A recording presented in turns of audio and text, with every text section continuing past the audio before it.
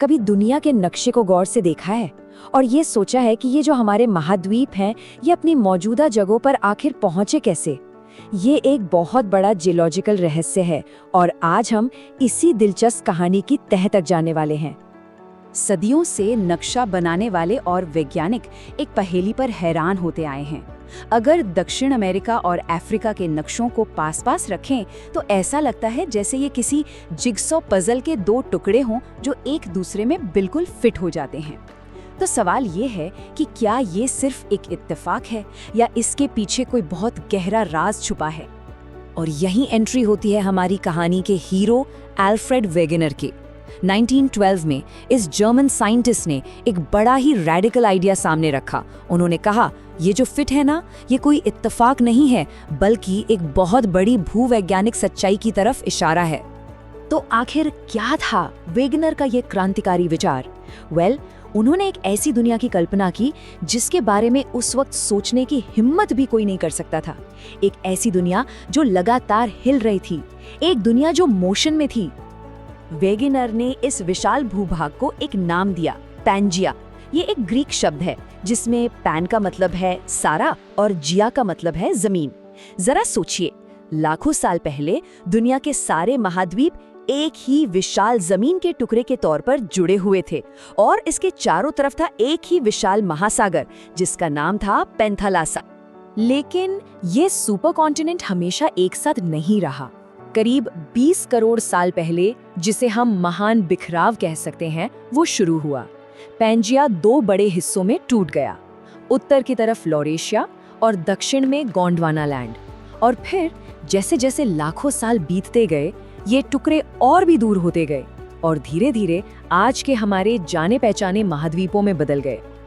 अब जाहिर है, इतने बड़े दावे के लिए सबूत तो चाहिए थे, वो भी एकदम पक्के। तो एक भूवैज्ञानिक जासूस की तरह वेगनर ने दुनिया भर से सुराग इकट्ठा करना शुरू कर दिया। चलिए देखते हैं कि उन्होंने कौन से हैरान करने वाले सबूत खोज निकाले। पहला और सबसे साफ सुराग तो बिल्कुल आंखों के सामने था, जिगसॉ फिट। जैसा कि हमने शुरू में ही देखा, अटलांटिक महासागर के दोनों तरफ के महाद्वीप एक दूसरे में कमाल की सटीकता से फिट होते हैं। और ये सिर्फ दक्षिण अमेरिका और अफ्रीका की बात नहीं थी। वेगनर ने पाया कि भारत, मेडागास्कर और अफ्रीका के पश्चिमी तट भी एक सीध में है। फिर वेगनर ने चट्टानों को देखना शुरू किया। उन्होंने पाया कि उत्तरी अमेरिका के एपेलेशियन पर्वत और स्कैंडिनेविया की क्विज़ोलिन पर्वत श्रृंखला, जो आज एक विशाल महासागर से अलग हैं, उनकी चट्टानों की उम्र और बनावट हैरान करने वाली हद तक एक जैसी थी। ऐसा लग रहा था मानो किसी ने एक ही विशाल पर्वत श्रृंखला को बीच से फाड़कर अलग कर दिया हो।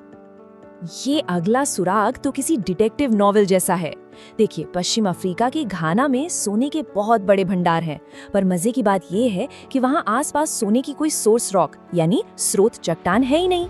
तो सवाल ये है कि ये सोना आया कहाँ से?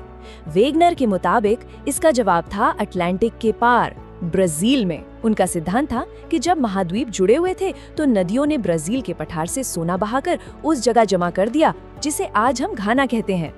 फिर मिले जीवाश्मों के सबूत जो और भी मजबूत थे।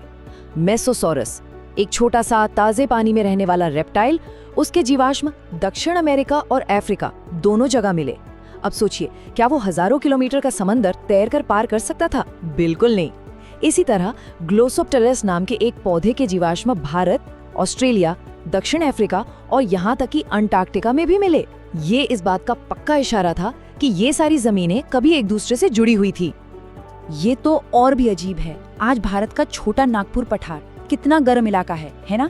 लेकिन वेगनर को वहाँ मिले पुराने ग्लेशियरों के निशान। आज की झुलसा देने वाली गर्मी में वहाँ ग्लेशियर का होना तो नामुमकिन है। इसका सिर्फ एक ही मतलब हो सकता था कि ये जमीन कभी दक्षिणी ध्रुव के बहुत करीब रही होगी। और शायद सबसे अजीब, सबसे अनोखा सुराग मिला जानवरों के बर्ताव में। स्कैंडिनेविया में लेमिंग्स नाम के छोटे जानवर, जब उनकी आबादी बहुत बढ़ जाती है तो वे झुंड में पश्चिम की ओर दौड़ते हैं और अटलांटिक महासागर में कूद जाते हैं। तो क्या ऐसा हो सकता है कि उनकी कोई गहरी प्राचीन याद उन्हें उस जमीन की ओर खींच रही हो जो लाखों साल पहले वहीं मौजूद थी? इतने सारे सबूत, एक से बढ़कर एक। तो फिर उस वक्त के वैज्ञानिक समुदाय ने वेगनर की थ्योरी को हाथों हाथ क्यों नहीं लिया? वजह ये थी कि उनकी इस कमाल की कहानी का एक बहुत ही जरूरी हिस्सा गायब था। वेगनर के आलोचकों का एक सीधा सा लेकिन बहुत बड़ा सवाल था। ठीक है, मान लिया कि महाद्वीप खिसक रहे हैं, पर उन्हें चला कौन रहा है? आखिर वो कौन सी जबरदस्त ताकत थी जो पूरे के पूरे महाद्वीपों को पृथ्वी की सतह पर धकेलने की शक्ति रखती थी? वेगनर ने इसका जवाब देने की कोशिश की। उन्होंने 2 फोर्सेस का जिक्र किया। पहला था ज्वारीय बल, यानी सूरज और चांद का गुरुत्वाकर्षण खिंचाव, और दूसरा था ध्रुव प्रतिकर्षण बल, जो पृथ्वी के घूमने से जुड़ा था। लेकिन दिक्कत ये थी कि जब दूसरे वैज्ञानिकों ने हिसाब लगाया तो पता चला कि ये दोनों ही बल ऊंट के मुंह में जीरा जैसे थे। मतलब ये विशाल महाद्वीपों को हिलाने के लिए बहुत ही ज्यादा कमजोर थे, और यही इस थ्योरी की सबसे बड़ी कमी बन गई। और बस इसी एक गायब कड़ी की वजह से वेगनर अपने जीवन काल में अपने सिद्धांत को सही साबित होते हुए नहीं देख पाए। लेकिन उनकी कहानी यही खत्म नहीं होती, क्योंकि उनके जो विचार थे वो बीज की तरह थे जो जल्द ही अंकुरित होने वाले थे। भले ही वेगनर ये नहीं समझा सके कि महाद्वीप कैसे खिसकते हैं, लेकिन उन्होंने इस बात के जो सबूत पेश किए कि वे खिसकते हैं वो जबरदस्त थे। उनके इस ग्राउंड ब्रेकिंग काम ने ही बाद के वैज्ञानिकों के लिए रास्ता खोला, जिससे आखिरकार प्लेट टेक्टोनिक्स का आधुनिक सिद्धांत सामने आया। वो सिद्धांत जो आज हमारे ग्रह के बारे में हमारी समझ का आधार है। तो वेगनर की विरासत हमें एक शक्तिशाली बात याद दिलाती है। हम एक स्थिर, न बदलने वाली दुनिया पर नहीं रहते। हमारा ग्रह जिंदा है और लगातार गति में है। आज भी महाद्वीप हर साल कुछ सेंटीमीटर खिसक रहे हैं।